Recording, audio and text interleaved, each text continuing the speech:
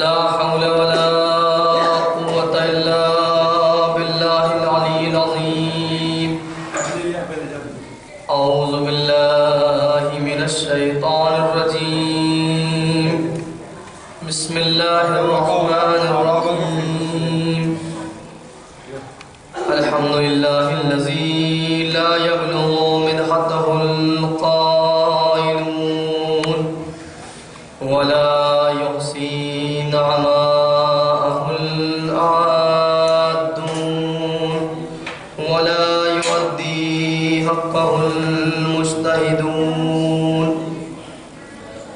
الذي لا يدركه بعد الهمم ولا يناله غوص الفتن.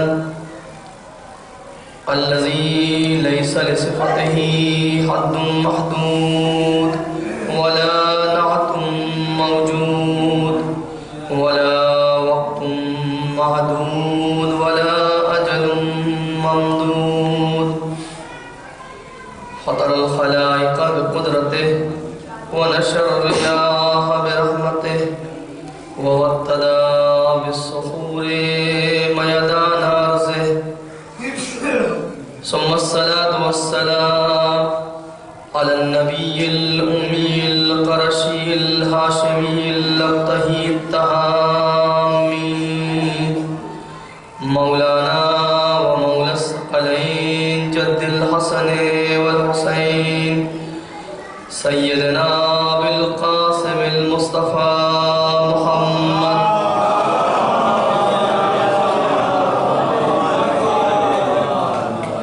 وآله الطيبين الطاهرين المعصومين ولعنة الله على أعدائهم وغاصبي حقوقهم أجمعين. أما بعد فقد قال الله تبارك وتعالى في القرآن الكريم: أعوذ بالله من الشيطان الرجيم. بسم الله الرحمن الرحيم. اليوم أكملت لكم دينكم وأتممت عليكم نعمتي ورضيت لكم الإسلام دينا.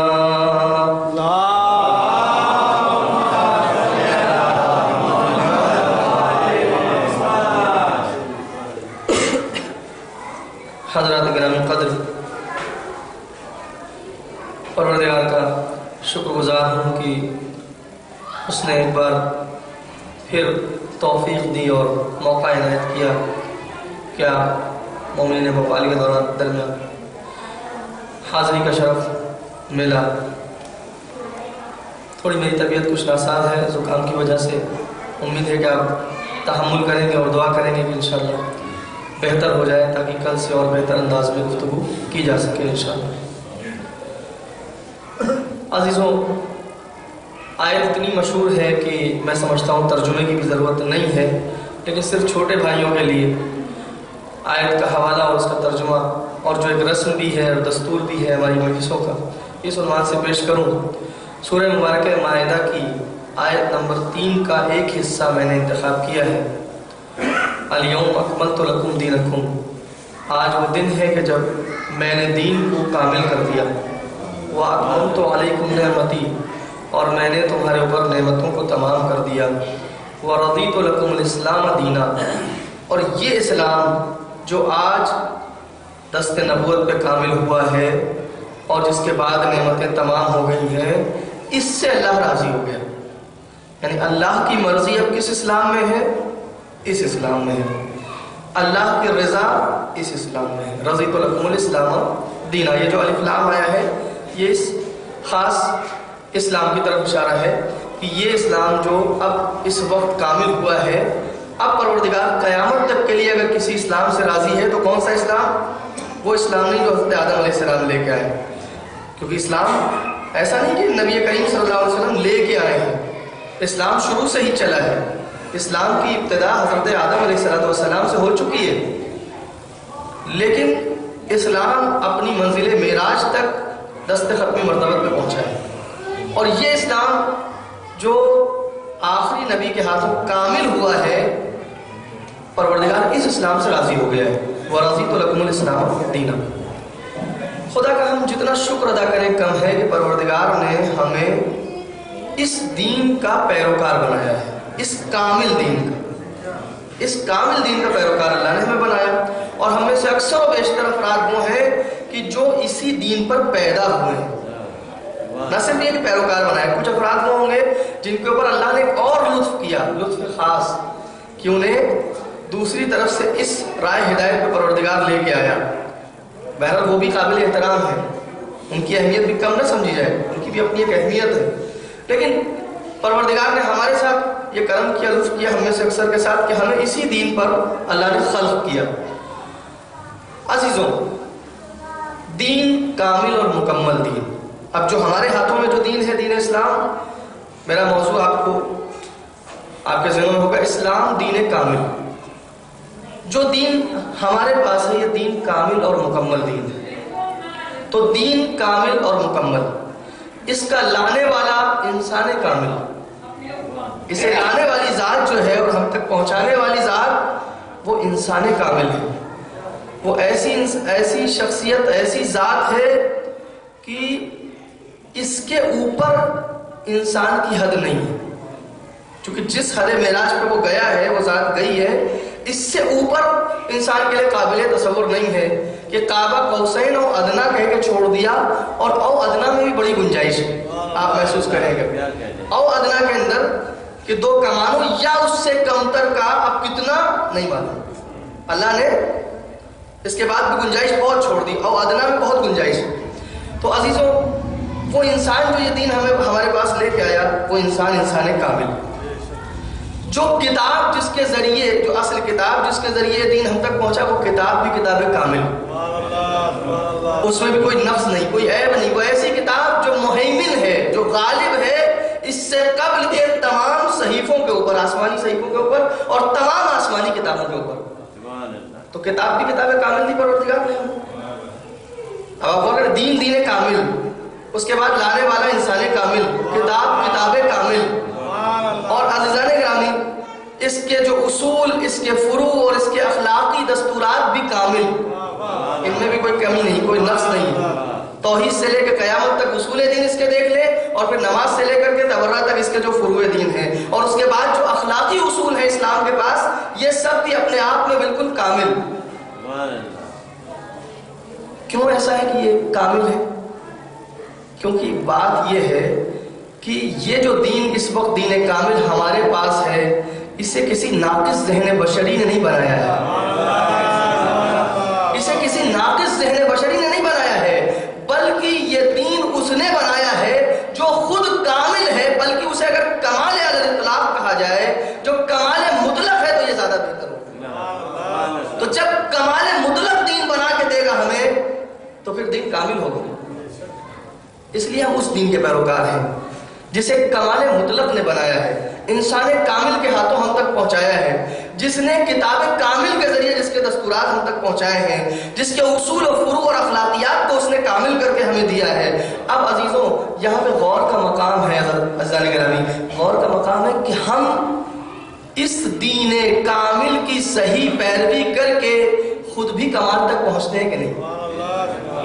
یہ ہمیں طے کرنا ہے کہ اس دین کامل کی پیروی کر کے ہم کتنا منزل کمال تک پہنچتے ہیں، چونکہ بھیجا اسی لیے ہے کہ ہمیں کمال حاصل کرنا ہے اس دین کامل کے ذریعے، اس لیے بھیجا ہے پروردگار نے اس کو، تاکہ ہم کامل بنے، ہمارے اندر کمالات پیدا ہوں، ہمارے اندر فضائل پیدا ہوں، ہم وہ بنے جیسا پروردگار چاہتا ہے، جیسی اس کی مرضی ہے۔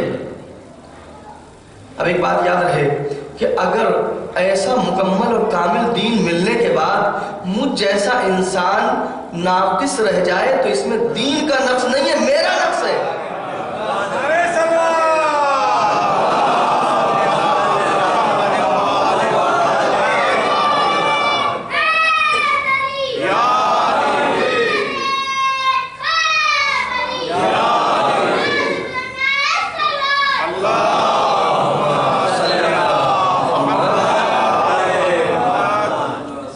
اسلام جیسا کامل دین ملنے کے بعد مسلمان پستی کا شکار ہو، مسلمان ذلت کا شکار ہو، مسلمان ظلم حالی کا شکار ہو، مسلمان رسوائی کا شکار ہو، تو اس میں اسلام کا قصور نہیں ہے، خود ہم جیسے ناقص مسلمان کا قصور ہے۔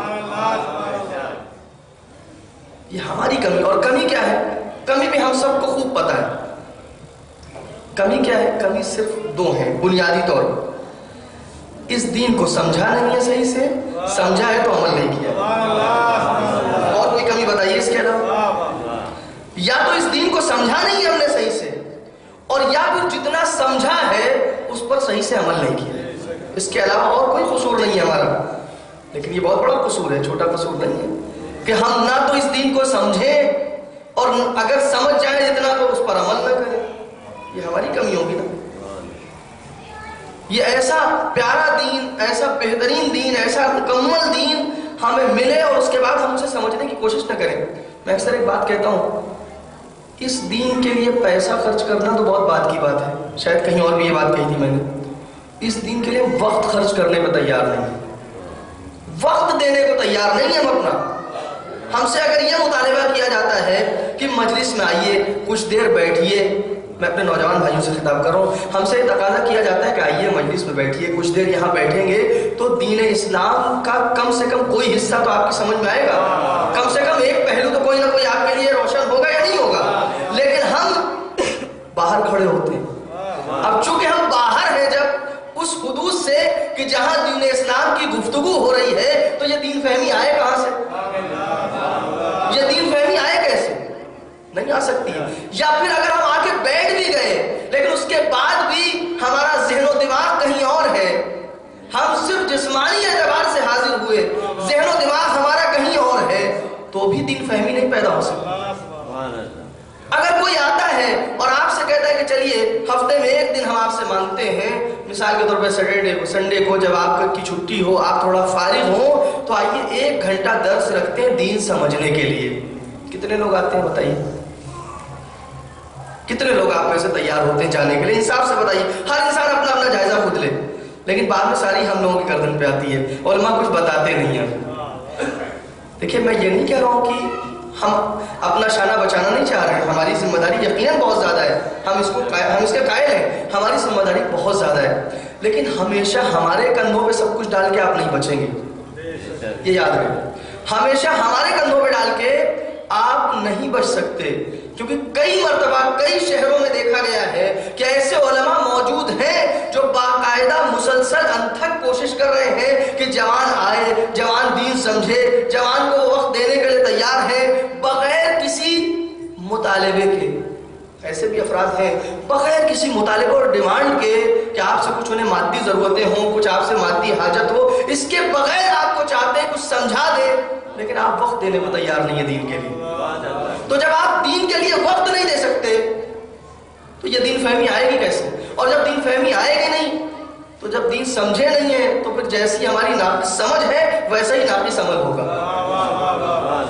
جب دینی شعور ہمارا ناقص ہوگا تو دین کا جو ہماری دینداری ہے، جو اس کا نتیجہ ہے، چونکہ جو ہم سمجھتے ہیں وہی کرتے ہیں۔ یاد رکھیے انسان جو ہے نا، اس کی شخصیت اس کی فکر ہوتی ہے، اس کی پرسنالٹی اس کی سوچ ہوتی ہے، جتنا سوچتا ہے اتنا ہی عمل کرتا ہے، جیسا سوچتا ہے ویسا ہی عمل کرتا ہے۔ اگر اس نے صحیح سمجھا اور صحیح سوچا ہے دین کو تو اس اعتبار سے دین پر عمل ہوگا۔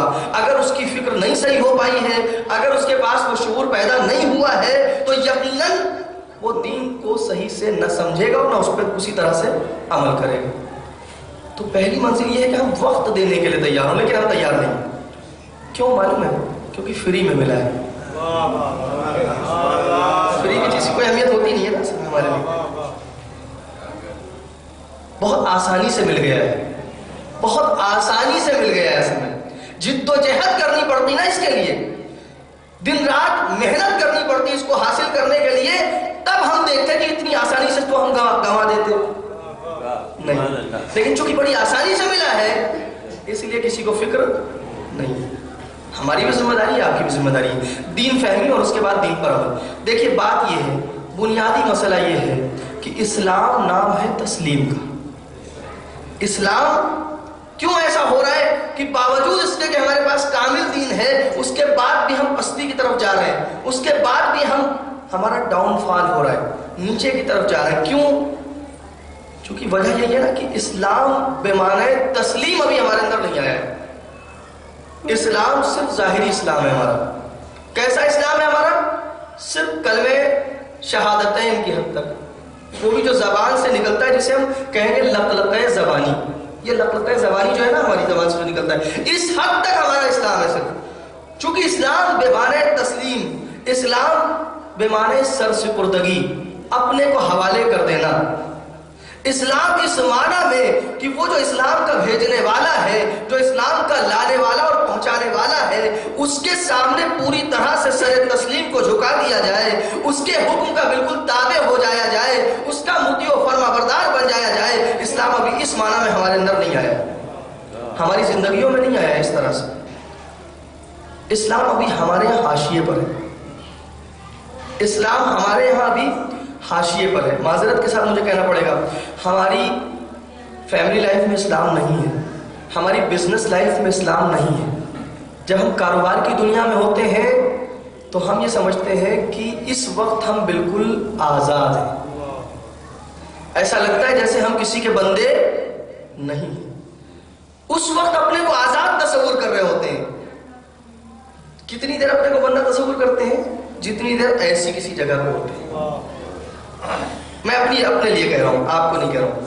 جتنی دیر ہم ایسی جگہ پہ آ کے بیٹھتے ہیں, فرش عزا ہو یا نماز کا موقع ہو, اتنی دیر کے لیے ہمارے ذہنوں میں اور خیالوں میں یہ تصور پیدا ہوتا ہے کہ ہم بندے ہیں, کوئی مالک ہے. لیکن ادھر ہم نے یہ سرحد کراس کی, اس کے بعد ایسا لگتا ہے مطلق العنان ہو گئے. اب ہماری لگام خود ہمارے ہاتھ میں ہے, ہم جیسا چاہیں کریں, نہ کوئی ہم سے پوچھنے والا ہے, نہ کوئی ہم سے حساب لینے والا ہے. نتیجے میں ہم دوہری زندگی جی رہے ہیں, ڈبل لائف جی رہے ہیں. اور جب تک دو ناؤ پہ سوار رہیں گے تب تک یہی حالت رہے گی کہ کامل چیز لینے کے باوجود ہم کامل نہیں بن پائیں گے. کامل چیز ہمارے پاس, بہترین چیز ہونے کے باوجود ہم اس درجے کمال تک نہیں پہنچ سکیں گے جہاں تک پہنچنے کے لیے ہمیں پیدا کیا گیا ہے, جہاں تک پہنچنے کے لیے ہمیں خلق کیا گیا ہے. عزیزو, اسلام نام ہے تسلیم کا, سر تسلیم کو جھکا دینے کا, اپنے آپ کو سرنڈر کر دینے کا. ایک چھوٹی سی بات عرض کروں. ایک غلاموں کا بازار تھا, وہاں پہ کچھ غلام بیچے جا رہے تھے. ایک شخص پہنچا, اس نے توجہ کی جگہ, اس نے کہا کہ ہمیں غلام خریدنا ہے. عام طور پہ بازاروں میں دلال بھی ہوتے ہیں, ہر جگہ ہوتے ہیں, تو کوئی دلال ملا ہوگا, اس نے کہا چل تم کو ہمیں بہت اچھا غلام خریدوا دیں. اب تو غلام خریدنے کا زمانہ نہیں رہا, پہلے جو بازار لگتے تھے. آپ کو ایک اور بات یہاں پہ روک کے کہہ دوں, غلام خریدنے کا جو بازار ہوتا تھا اس کا نام نخاس ہوتا تھا. پتہ نہیں آپ نے لفظ سنا ہے کہ نہیں سنا. لکھنؤ میں ایک علاقہ بھی ہے نخاس کے نام سے, کچھ شہروں میں علاقہ ہے نخاس. اب پتہ نہیں اس وجہ سے نام پڑا اس کا یا کسی اور وجہ سے پڑا. خیر, وہ غلاموں کے بازار میں پہنچا, کسی نے کہا کہ چلو تم کو میں بہت اچھا غلام دلاتے ہیں. لے کے گیا اس غلام کے پاس, کہا کہ اس کی خاصیت کیا ہے. کہا اس کی خاصیت آپ اس سے بات کریے تو پتہ چل جائے گی کیسا ہے. اس سے پوچھا خریدار نے, تیرا نام کیا ہے؟ اس نے کہا جو آپ رکھیں. جو آپ رکھیں. کام کیا کر سکتے ہو؟ جو آپ کہیں. ایسے دو چار اس نے سوال کیے, کہا ہاں یہی, یہ تم نے جو کہا تھا کہ اچھا غلام دلواؤں گا, یہی ہے کام کا غلام. اس سے پوچھا اچھا یہ بتاؤ تم نے نام کیوں نہیں بتایا؟ تم سے میں نے پوچھا تمہارا نام کیا ہے, تم نے کہا کہ اب جو آپ رکھیں. کچھ تو نام ضرور ہوگا. کہا دیکھو غلام کا اپنا کچھ نہیں ہوتا. غلام کا, عبد کا, اب لفظ کو بدل کے کہہ رہا ہوں, عبد کا اپنا کچھ نہیں ہوتا ہے. نام بھی اپنا نہیں ہوتا ہے. نام بھی وہ مولا کی مرضی کے مطابق رکھواتا ہے. اب آپ نے محسوس کیا کہ ہر دفعہ جب جناب فاطمہ کے گھر ولادت ہوتی تھی تو شہزادی کیا کہتی تھی کہ ابو الحسن نام رکھیں گے. مولا کائنات کہتے تھے کہ رسول خدا اس کا نام رکھیں گے. اور رسول خدا سے جب گزارش کی جاتی تھی تو کہتے تھے خدا اس کا نام رکھے گا.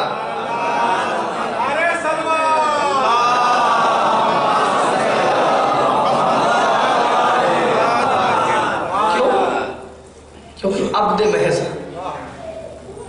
عبد محض کی اپنی کوئی مرضی نہیں ہوتی. وہ جو خدا چاہے, جو مالک چاہے, جو میرا آقا چاہے, جو میرا مولا چاہے. تو ہمارے اندر وہ تسلیم کی کیفیت نہیں پیدا ہوئی. اب جو میں نے عرض کیا آپ کی خدمت کہ اسلام حقیقت میں تسلیم ہے، اور یہاں پہ میں ظاہری اسلام کی بات نہیں کر رہا ہوں، حقیقی اسلام کی بات کر رہا ہوں. ظاہری اسلام جو ہے وہ صرف کلمہ شہادتین کو جاری کر دینا ہے. کلمہ شہادتین زبان پہ جاری ہو گیا، اس کے بعد یہ اتنا ہو جائے گا کہ اب اس کے اوپر کچھ ظاہری احکام جو اسلام کے ہیں وہ اس کے لیے لاگو ہو جائیں گے. مثال کے طور پہ اب اس کی نجاست ختم ہو گئی جو پہلے تھی. مثال کے طور پہ اب اس کا جان مال، اس کی آبرو محفوظ ہو جائے گی. اسلام جیسا کہتا ہے کہ اگر اس نے کلمہ شہادتین صرف زبان سے بھی کہہ دیا تو ہاں اس کا فائدہ اس کو اتنا ملے گا، لیکن کیا یہ حقیقت میں وہ مسلمان ہو گیا جیسا ہونا چاہیے تھا؟ نہیں. ابھی یہ صرف ظاہری مسلمان ہوا ہے. ابھی صرف اور صرف یہ ظاہری اعتبار سے اس نے کلمے کو اپنی زبان پہ جاری کیا ہے، جس کے کچھ فائدے یقیناً اس کو ملیں گے، لیکن ابھی تو شروعات کی ہے اس نے، ابھی تو بہت ابتدا ہے. اور گھاٹے میں وہ انسان جو اسلام جیسے کامل دین سے صرف اتنا فائدہ لے. گھاٹے میں نا وہ انسان جو اسلام جیسے کامل دین سے صرف اتنا فائدہ لے کہ بس میری جان مال اور آبرو محفوظ ہو جائے. جب دین کامل آیا ہے تو اس سے مکمل فائدہ اٹھائے گا سمجھدار انسان، عقل مند انسان مکمل فائدہ اٹھائے گا. اچھا، اب اسلام جو میں نے عرض کیا کہ اسلام تسلیم ہے، یہ میں نے اپنی طرف سے نہیں کہا ہے. یہ کون کہہ رہا ہے کہ اسلام تسلیم ہے؟ اسلام وہی تسلیم ہے. یہ وہ کہہ رہا ہے کہ تمام لوگ اس بات پر متفق ہیں کہ مردوں میں سب سے پہلے اسلام لانے والا وہ.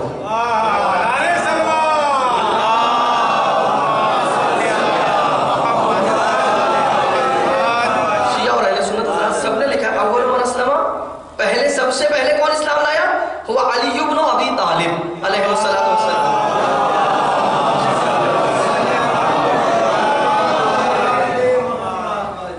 جب تک دوسرے بت پرستی میں مصروف تھے اس وقت علی، اور میں تو یہ کہتا ہوں کہ علی اسلام لائے نہیں تھے. یہ بھی کہنا شاید غلط ہو کہ علی اسلام لائے تھے.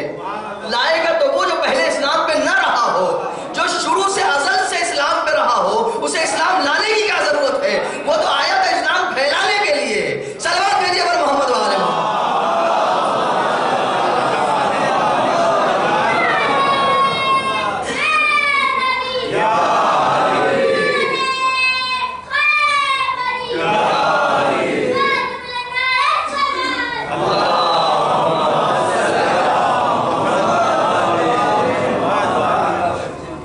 اسلام تو وہ لائے گا جو پہلے مسلمان ہو.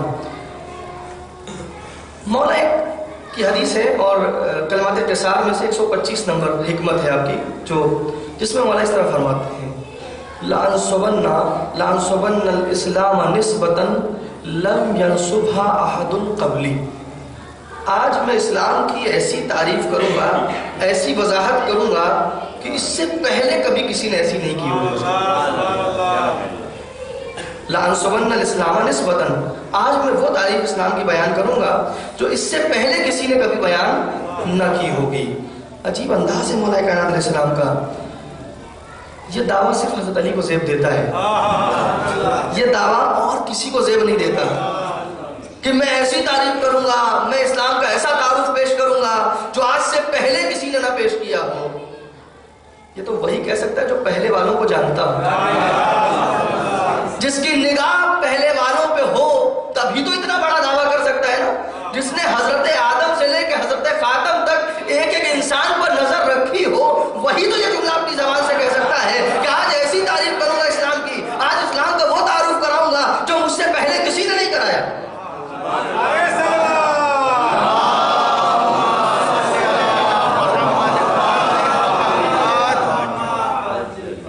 اور جب اگر وہ ظاہری اعتبار سے نہ ہو اپنے پہلے والوں کے ساتھ، تو اس کا مطلب پھر اب یہ ماننا پڑے گا کہ ہو سکتا ہے ظاہری اور جسمانی اعتبار سے نہ ہو، مگر کہیں نہ کہیں وہ جو نبی نے جملہ فرمایا نا کنتو نبیا والآدم بین الماء والطین، میں اس وقت بھی نبی تھا کہ جب آدم آب و گل کے درمیان تھے. تو اب چونکہ انا وعلی من نور واحد، میں اور علی ایک ہی نور کے دو حصے ہیں، ایک ہی نور کے ٹکڑے ہیں. تو جہاں چشم رسالت جناب آدم کو آب گل کے درمیان دیکھ رہی ہے، وہی چشم ولایت بھی آدم کو آب گل کے درمیان دیکھ رہی ہے.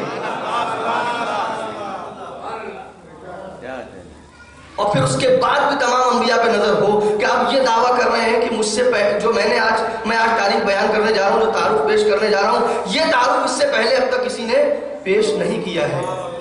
البتہ یہ ایک جملہ یہاں عرض کروں آپ کی خدمت میں کہ یہ فقرہ صرف یہیں تک کلمات قصار میں ہے، لیکن اسی روایت کو صاحب اصول کافی نے اور صاحب معانی الاخبار نے، شیخ صدوق رحمۃ اللہ علیہ نے، اور صاحب اصول کافی شیخ کلینی رحمۃ اللہ علیہ نے اسی روایت کو تھوڑا بہت الفاظ کے فرق کے ساتھ اپنی اپنی کتابوں میں بھی نقل کیا ہے، لیکن اس میں ایک لفظ کا اضافہ ملتا ہے۔ فرمایا کہ یہ تو دعویٰ ہو گیا کہ مجھ سے پہلے آج تک کسی نے ایسا تعارف اسلام کا پیش نہیں کیا ہے، اور پھر فرماتے ہیں وَلَا يَنْسُبُهَا أَحَدٌ بَعْدِي إِلَّا بِمِثْلِ ذَلِكَ، اب میرے بعد بھی اسلام کا کوئی ایسا تعارف پیش نہیں کرے گا مگر یہ کہ میں جیسا پیش کر رہا ہوں ایسا کرے گا، یعنی میری نقل کرے گا۔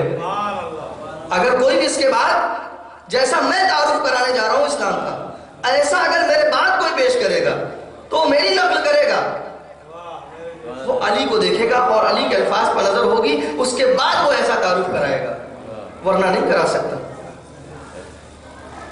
عزیزو ایک بات عرض کروں آپ کی خدمت میں، یہ جو دعوے ہیں نا اس طرح کے مولا کائنات علیہ السلام کے، میں نے کہا یہ انہی کو زیب دیتے ہیں۔ ابن عبد البر صاحب الاستیاب اہل سنت کے بڑے عالم ہیں، ابن عبد البر بہت مشہور عالم ہے اور کافی بڑا نام ہے اہل سنت علماء میں سے۔ وہ کہتے ہیں، خود کہتے ہیں کہ یہ جو سلونی کا دعویٰ ہے، خطبہ نمبر 92 میں ابن ابی الحدید معتزلی جب اس خطبے کی شرح بیان کرتے ہوئے پہنچتے ہیں تو وہاں پہ ابن عبد البر کا کوٹیشن کا جو ہے وہ اسٹیٹمنٹ وہ نقل کرتے ہیں کہ ابن عبد البر جو صاحب الاستیاب ہیں، انہوں نے یہ کہا کہ یہ جو دعویٰ سلونی تھا، سلونی قبل ان تفقدونی، جو پوچھنا ہے وہ مجھ سے پوچھ لو، اس سے پہلے کہ مجھے کھو دو، مجھے ہاتھ سے گنوا دو، جو پوچھنا ہے مجھ سے پوچھ لو۔ اور پھر اسی خطبے میں آپ فرماتے ہیں کہ اگر تم مجھ سے قیامت تک پیش آنے والے واقعات کے بارے میں سوال کرو گے تو میں تمہیں باخبر کروں گا، قیامت تک کے۔ البتہ یہ کون سا علم غیب ہے؟ تو یہ نہ سمجھے کہ نعوذ باللہ کا مولا کائنات علیہ السلام خدا کے برابر ہو گئے، نہیں، یہ وہ علم غیب ہے جو ان اولیاء الہی کو اذن الہی سے ملتا ہے، شبہہ نہ پیدا ہو۔ یہ وہ علم غیب ہے کہ اذا شاءوا علموا، جب چاہتے ہیں، جب ارادہ کرتے ہیں تو پروردگار ان کے دل میں ڈال دیتا ہے، جب یہ چاہتے ہیں۔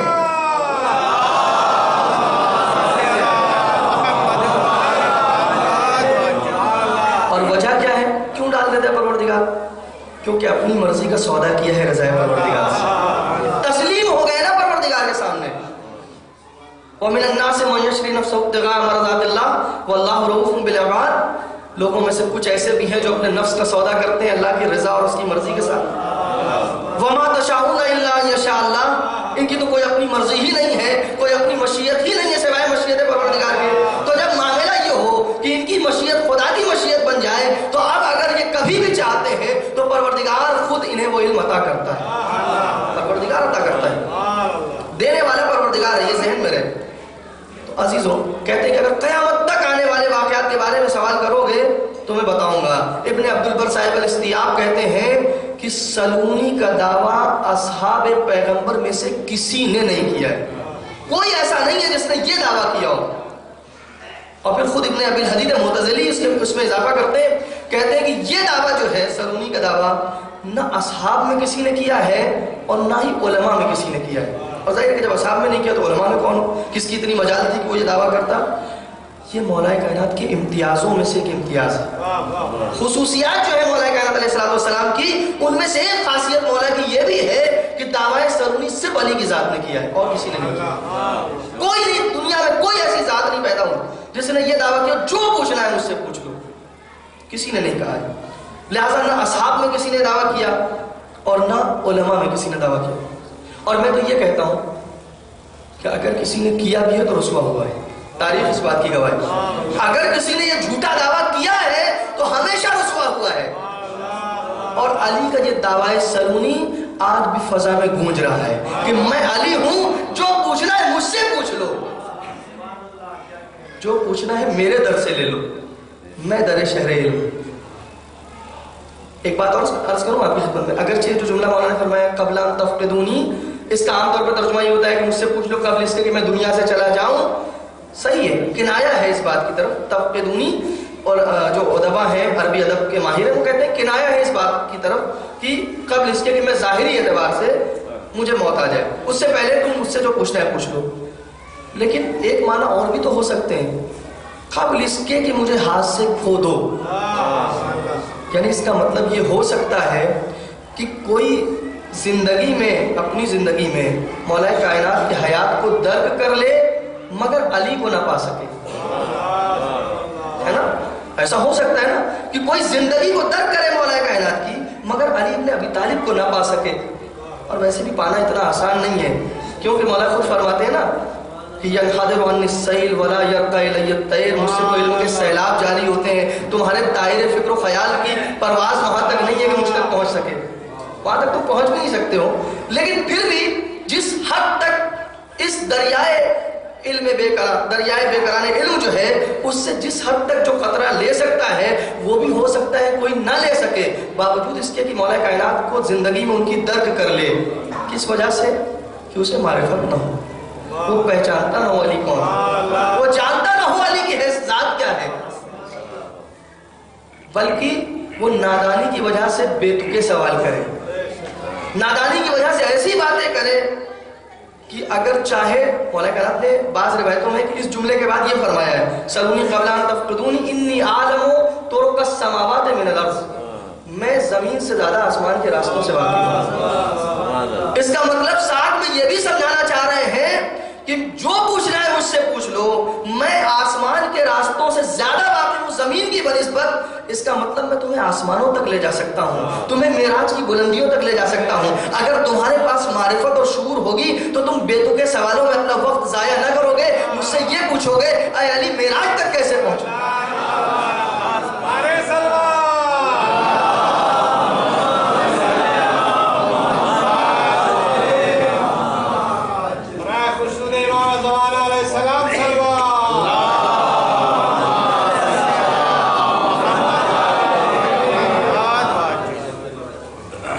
میں آپ سے یہ سوال کروں گا کہ میں کیسے منزل کمال کی معراج تک پہنچوں، لیکن لوگوں نے وقت ضائع کیا، اپنا بھی وقت ضائع کیا، دوسروں کا وقت بھی ضائع کیا۔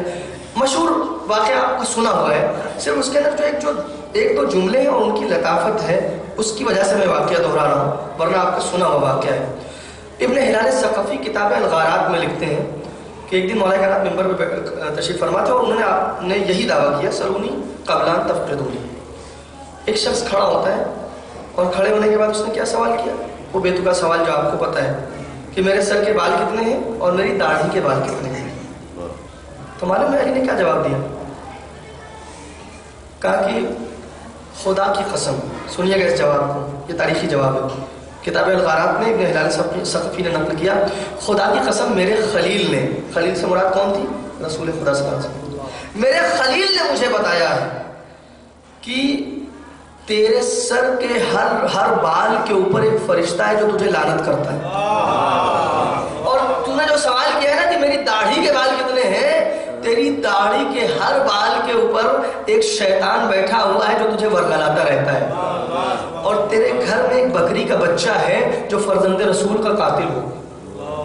یہ جملے تاریخ کے، میں اپنی طرف سے نہیں کہہ رہا ہوں، وہاں بھی مولانا نے یہ فرمایا کہ تیرے گھر میں ایک بکری کا بچہ ہے جو فرزند رسول کا قاتل ہوگا۔ کون تھا معلوم ہے آپ کو؟ یہ سنان کا باپ تھا، سنان کا باپ ہے جس نے سوال کیا ہے، اور کہتے ہیں کہ اس وقت جو ہے سنان یہ چھوٹا تھا ملعون جو قتل حسین میں جس کا نام سر فہرست آتا ہے، سنان ابن انس، آپ نے سنا ہوگا سنان ابن انس، یہ اس وقت چھوٹا تھا، اور کیونکہ یہ جیسے آپ نے دیکھا ہوگا بعض اوقات جو بچے ہوتے ہیں نا وہ کیسے چلتے ہیں؟ چاروں ہاتھ پیر سے چلتے ہیں، ویسے چلتا تھا، اس لیے مولا نے کہا کہ تیرے گھر میں ایک بکری کا بچہ ہے کہ جو 4 ہاتھ پیر پہ چلتا ہے، میں نے اپنے خلیل سے سنا ہے۔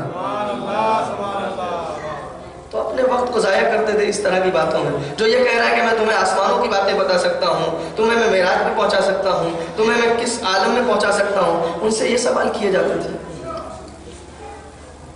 جبکہ مولا کائنات وہ ہستی ہے. میں حدیث ضرور آپ کی خدمت میں عرض کروں گا لیکن تھوڑا سا مقدمتاً کچھ باتیں عرض کرنی ہے. وہ ہستی ہے مولا کائنات علیہ السلام کی کہ دشمن بھی جن کے علم سے استفادہ کرتا رہا ہے, دشمن جن کے علم سے فائدہ اٹھاتا رہا ہے. محمد بن ابی بکر, یہ بھی ابن ابی الحدید لکھ رہے ہیں, ابن ابی الحدید معتزلی جنہوں نے نہج البلاغہ کی شرح لکھی ہے, اہل سنت کے بڑے عالم ہیں.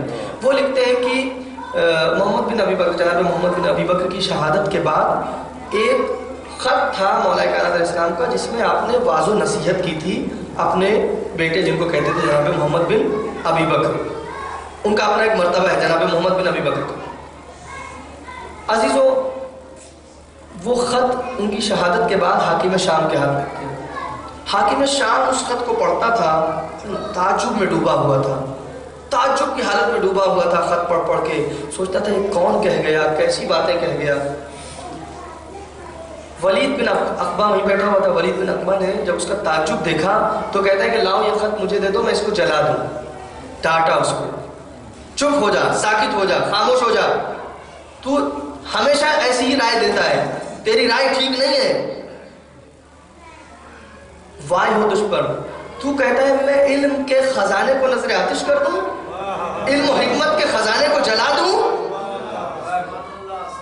تو وہ کیا کہتا ہے, ولید کہتا ہے کہ تو پھر کیا تو یہ چاہتا ہے کہ ابو تراب کے, یہی لفظ ہے, ابو تراب کے علم سے استفادہ کرے تاکہ دوسرے کہیں کہ تو ابو تراب سے ہی سیکھ کے بولتا ہے. تو کہتا ہے میں نے تو آج تک ایسی چیز دیکھی ہی نہیں ہے, میں نے اپنی زندگی میں سب سے پہلی بار یہ اتنی قیمتی چیز میرے ہاتھ لگی ہے. اب جب یہ بات اس نے خود اقرار کر لی کہ اتنی قیمتی چیز پہلی مرتبہ میرے ہاتھ لگی ہے اور اس سے زیادہ آج تک مجھے کوئی ایک قیمتی چیز ملی نہیں ہے, تو ولید نے کہا تو پھر جنگ کیوں کرتے ہو, پھر جنگ کیوں کرتے ہو ان سے, جب تم جانتے ہو کہ ان کا مقام کیا ہے, تم جانتے ہو کہ ان کا مرتبہ کیا ہے, تم خود اقرار کر رہے ہو کہ اس سے قیمتی چیز تمہارے ہاتھ آج تک لگی نہیں ہے. یہ ایک خط ہے جس میں انہوں نے اپنے بیٹے کو واضح و نصیحت کی ہے, تم اسے دیکھ کے حیرت میں پڑے ہو. تو کہتا ہے پہلے بہانے اس کے پاس بہت تھے, تو اس نے کہا کہ اگر خلیفہ کا قتل نہ کرایا ہوتا تو میں ہمیشہ ان کے حکم کی تعمیل کرتا, ان کی بات کو مانتا. یہ اس کا بہانہ تھا. اس کے بعد لیکن تھوڑی دیر خاموش ہوا, چونکہ مکاری اپنے عروج پہ, اس نے کہا کہ ایسا کرو کہ یہ مشہور کروا دو کہ یہ جو خط ہے اب کوئی یہ نہ جانے کہ یہ علی کا خط ہے, اب یہ کہنا کہ یہ خلیفہ اول کا تھا جو ان کے بیٹے کے ہاتھ سے ملا تھا. یہ ابن ابی الحدید لکھ رہے ہیں, میں اپنی طرف سے نہیں کروں. اور یہی بات اس نے مشہور کروا دی. اور جو اس روایت کے راوی ہیں ابراہیم بن سعد ثقفی, وہ کہتے ہیں کہ عمر ابن عبدالعزیز کے زمانے تک, جو بنی امیہ کا خلیفہ تھا, لوگوں کے درمیان یہی بات مشہور تھی کہ یہ خط جو ہے وہ خلیفہ اول کا لکھا ہوا خط ہے جو ان کے بیٹے کے ہاتھ سے ملا تھا حاکم شام کو. عمر ابن عبدالعزیز نے تحقیق کروانے کے بعد جب اسے معلوم ہوا کہ نہیں یہ علی ابن ابی طالب کا خط تھا, تب اس نے اس بات کو عام کیا کہ یہ خط کسی اور کا نہیں تھا, یہ علی ابن ابی طالب کا خط تھا. تو عزیزوں, دشمن جس کے علم سے استفادہ کرے, اگر دوست اس کے علم سے استفادہ نہ کر سکے تو یہ ان کی بد نصیبی ہوگی. صلوات بھیجے پر محمد و آل محمد.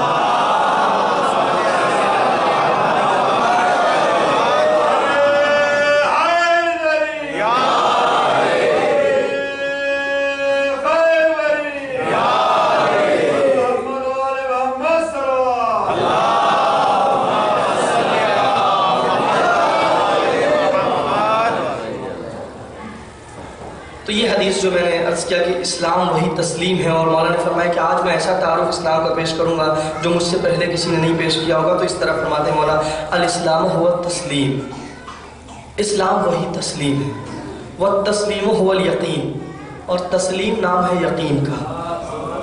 مولا, یہ مولا کے جملے, والتسلیم هو الیقین, والیقین هو التصدیق, اور یقین نام ہے تصدیق کا. والتصدیق هو الاقرار, تصدیق نام ہے اقرار کا. والاقرار هو الادا, اور اقرار نام ہے ادا کا. والاداء هو العمل, یہ مولا کائنات کے جملے ہیں اسلام کے تعارف میں. حقیقی اسلام کا جو چہرہ پیش کر رہے ہیں مولا کہ الاسلام هو التسلیم. پہلی بات یہ ہے کہ اسلام نام ہے تسلیم کا, سر کو جھکا دینے کا مالک کی بارگاہ میں, خالق کے سامنے سر کو جھکا دینے کا, خالق کے مطیع و فرمانبردار بن جانے کا, اس کے حبیب کی فرمانبرداری کا. اور جو اس کے سچے جانشین ہیں ان کی اطاعت کرو۔ والتسلیم هو الیقین، اور یہ تسلیم کب پیدا ہوتا ہے؟ جب یقین آ جائے بندے کے اندر۔ یقین کے بغیر کوئی کسی کے سامنے سر نہیں جھکاتا، جب تک یقین نہ ہو تو کوئی کسی کے سامنے سر نہیں جھکاتا۔ اب چاہے ہمیں خیالی یقین ہو جائے، ہم جو بہت سے بندوں کے سامنے سر جھکاتے ہیں وہ اسی خیالی یقین میں جھکاتے ہیں کہ یہ کچھ دے سکتے ہیں، حالانکہ میں کہوں گا کہ یہ خیال ذہن سے نکال دینا چاہیے کہ کوئی بندہ کچھ دے سکتا ہے۔ کوئی بندہ کچھ نہیں دے سکتا، جو دے گا وہ خالق دے سکتا ہے، معبود دے سکتا ہے۔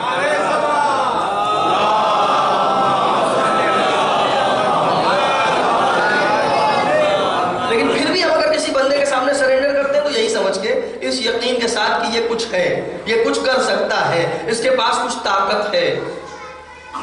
قادر مطلق کو چھوڑ کے اس کے پاس جاتے ہیں کہ جس کے پاس کوئی طاقت نہیں ہے۔ اس کی مثال اگر دی جائے قرآن کی روشنی تو کیا ہے؟ اِنَّا أَوْهَنَ الْبُيُوتِ لَبَيْتُ الْعَنْكَبُوتِ، سب سے کمزور گھر جو ہے نا وہ مکڑی کا جالا ہے۔ مکڑی کا جو گھر ہوتا ہے وہ سب سے کمزور گھر ہے۔ عام ہم جیسے بندوں کی جو تدبیریں ہیں نا وہ اس سے بھی کمزور ہوتی ہیں، ان پر جو بھروسہ کرے گا وہ کبھی کامیاب نہیں ہوگا۔ آج آپ دیکھ رہے ہیں، ایک بات تھوڑا سا اس کا حالات حاضرہ کے تناظر میں آپ کے ذہنوں میں ہوگا، آج ایسے ایسے بیانات دیے جا رہے ہیں اور ایسی ایسی باتیں کی جا رہی ہیں کچھ لوگوں کو خوش کرنے کے لیے اور کچھ لوگوں کو راضی کرنے کے لیے کہ صاحب ایسا ہے کہ خدا کا گھر لے لو، ہے نا، ٹھیک ہے نا، خدا کا گھر لے لو اور ہم یہاں یہ بنا دیں گے اور وہاں وہ کر دیں گے۔ میں ایک جملہ کہتا ہوں، جو خدا کا نہ ہوا وہ بندوں کا کیا ہوگا؟ جو خدا کا نہ ہو سکا وہ بندوں کا کیا ہوگا؟ جو خالق کا نہ ہو سکا وہ مخلوق کا کیا ہوگا؟ جو اپنی کرسی بچانے کے لیے، اپنے منصب اور اقتدار کو بچانے کے لیے اللہ کے گھر کا سودا کرنے پر راضی ہو جائے، آپ اندازہ کریں وہ کتنا ضمیر فروش انسان ہوگا۔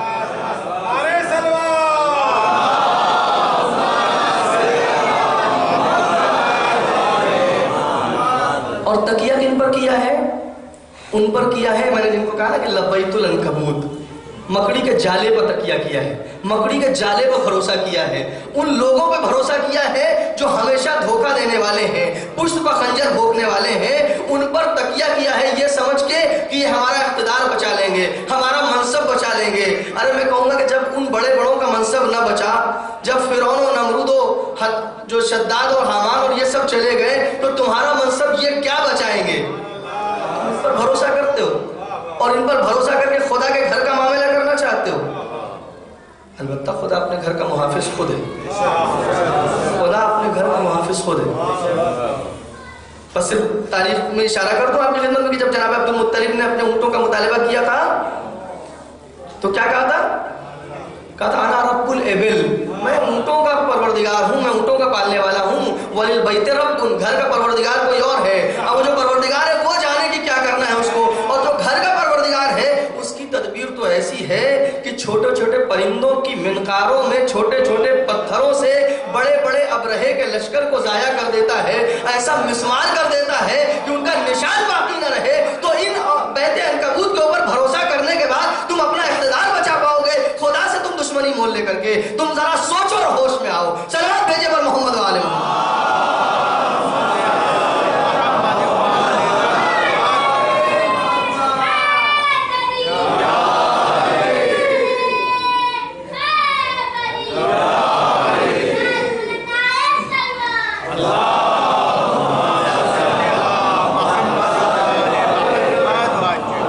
چند دن کی دنیا ہے، یہ جو سمجھتے ہیں ظالم کو بھی پروردگار کچھ دن رسی ڈھیلی کرتا ہے، وہ رسی ڈھیلی ہے، کبھی جب کسے گی اس وقت نہ دین کے رہو گے نہ دنیا کے رہو گے، نہ یہاں کے رہو گے نہ وہاں کے رہو گے۔ سوچنے کا مقام، لہٰذا انسان بولے تو سوچ سمجھ کے بولے، میں کیا کہہ رہا ہوں، میں کیسا اسٹیٹمنٹ دے رہا ہوں، کیسی بات کر رہا ہوں، ہر ایک چیز کا حساب کتاب ہے۔ خیر یہ بات آ گئی حالات حاضرہ کے تناظر میں تو عرض کر دیا آپ کی خدمت میں۔ عزیزوں میں نے عرض کیا کہ اصول کافی میں بھی یہی روایت موجود ہے، تھوڑا بہت الفاظ کے فرق سے، اور معانی الاخبار شیخ صدوق رحمۃ اللہ علیہ کی جو مشہور کتاب ہے حدیثوں کی، اس میں بھی یہ روایت موجود ہے، لیکن اس میں کچھ اضافے بھی ہیں اس روایت میں۔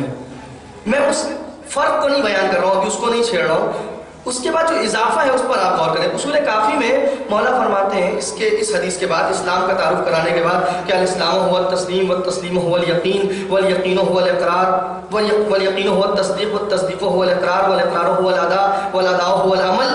اس کے بعد مولا فرماتے ہیں ان المومن، مومن کی صفت یہ ہے، ان المومن لم یاخذ دینه عن رأیہ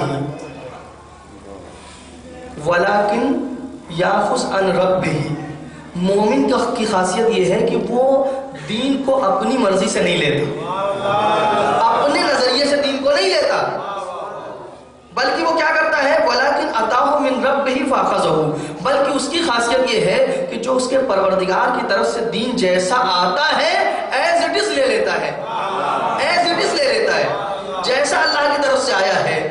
اب جملہ عرض کروں یہاں پہ آپ کی خدمت میں، آپ محسوس کیجئے گا.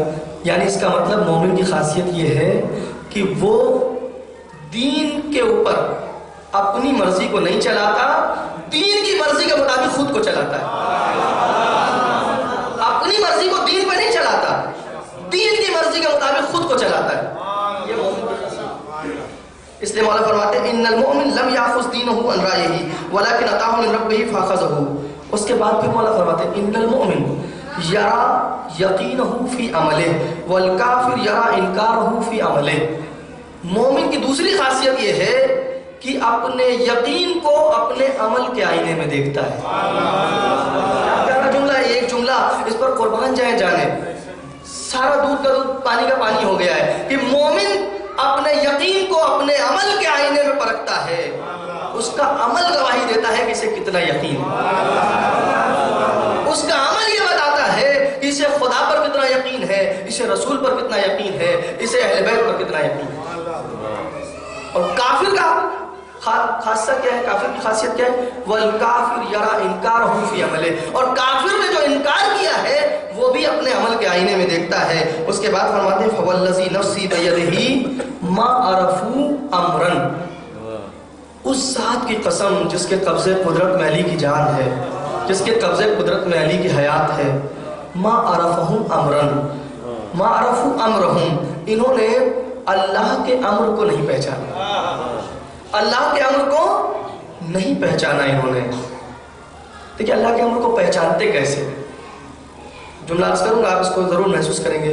اللہ کے امر کو تب پہچانتے جب صاحبان امر کو پہچانا. اللہ کے امر کو وہی پہچانے گا نا جو پہلے صاحبان امر کی معرفت حاصل کر لے. لیکن جب صاحبان امر کو ہی نہیں پہچانا اور یہ طے کر لیا کہ جو بیعت لے لے چاہے جتنا بڑا ظالم و جابر و صفاق ہو وہ صاحب امر بن جائے گا، تو جب صاحب امر کو نہیں پہچانیں گے تو اللہ کے امر کو کیا پہچانیں گے؟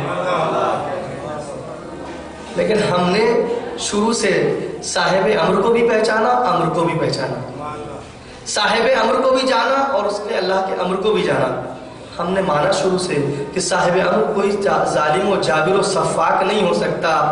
یہ وہی ہو سکتا ہے کہ جس کے جواب میں پروردگار نے کیا فرمایا تھا؟ لا ینال عہد الظالمین. قال ومن ذریتی، جب جناب ابراہیم نے سوال کیا تھا کہ میری ذریت میں یہ رہے گی امامت، تو کہا لا ینال عہد الظالمین، میرا عہدہ ظالموں کو نہیں ملے گا.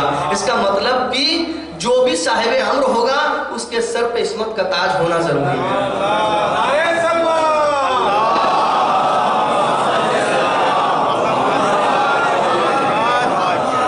ویسے بھی قرآن نے جس انداز سے حکم دیا ہے اطیعوا اللہ واطیعوا الرسول واولی الامر منکم، یہاں مطلق اطاعت کا حکم دیا ہے. کوئی قید و شرط پروردگار نہیں لگائی ہے کہ اس معاملے میں صاحب امر کی اطاعت کرنا، فلاں معاملے میں نہ کرنا. اگر گناہ کا حکم دے تو نہ ماننا، اگر اچھائی کا حکم دے اور نیکی کا حکم دے تو مان لینا. نہیں، جب مطلق اطاعت کا حکم مل گیا تو اس کا مطلب ہر بات ماننی ہے، اور جب ہر بات ماننی ہے اس کا مطلب ان کی ہر بات حق ہونی چاہیے. اس کا مطلب کہ ان کی ہر بات، ان کی زبان مبارک سے نکلی ہوئی ہر بات سچی ہونی چاہیے، ہر بات صحیح ہونی چاہیے، ہر بات مشیت پروردگار کے مطابق ہونی چاہیے. کیونکہ اگر مشیت پروردگار کے مطابق نہ ہوئی تو ادھر سے مطلق اطاعت کا حکم ملا ہوا ہے، کوئی بات چھوڑ نہیں سکتے. اور جب کوئی بات چھوڑ نہیں سکتے تو اگر خدا نخواستہ ان کی کوئی ایسی بات ہو جو مشیت پروردگار کے خلاف ہو تو یہاں پر بندہ کشمکش میں پڑ جائے گا، خدا کی مانوں یا صاحب امر کی مانوں. تو پھر اس کا صحیح حل کیا ہے؟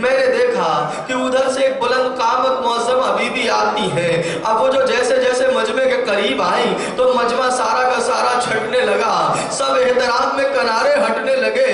میں نے دیکھا بڑی جلالت ہے اس معظمہ بیوی میں. میں نے کسی سے پوچھا ارے یہ معظمہ ہے کون جو اس شان و جلالت کے ساتھ آ رہی ہیں, جن کے آنے پہ سارے مدینے والے احترام میں کنارے ہٹ گئے. ایک مرتبہ کسی نے بتایا بشیر تمہیں نہیں معلوم ہے یہ ہمسر علی, یہ عباس کی ماں ام الولید ہے. اجرکم اللہ, یہ عباس کی ماں ام الولید ہے. اب جو ہے تک سنا بشیر نے, جناب ام الولید جب نزدیک آتی ہیں آ کر کے پوچھنا چاہتی ہیں کربلا میں کیا گزری, تو بشیر نے بڑے دلخراش انداز میں بیوی کو یہ بتایا اے بیوی آپ کے چاروں بیٹے کربلا میں شہید ہو گئے, آپ کے چاروں بیٹے کربلا میں مارے گئے.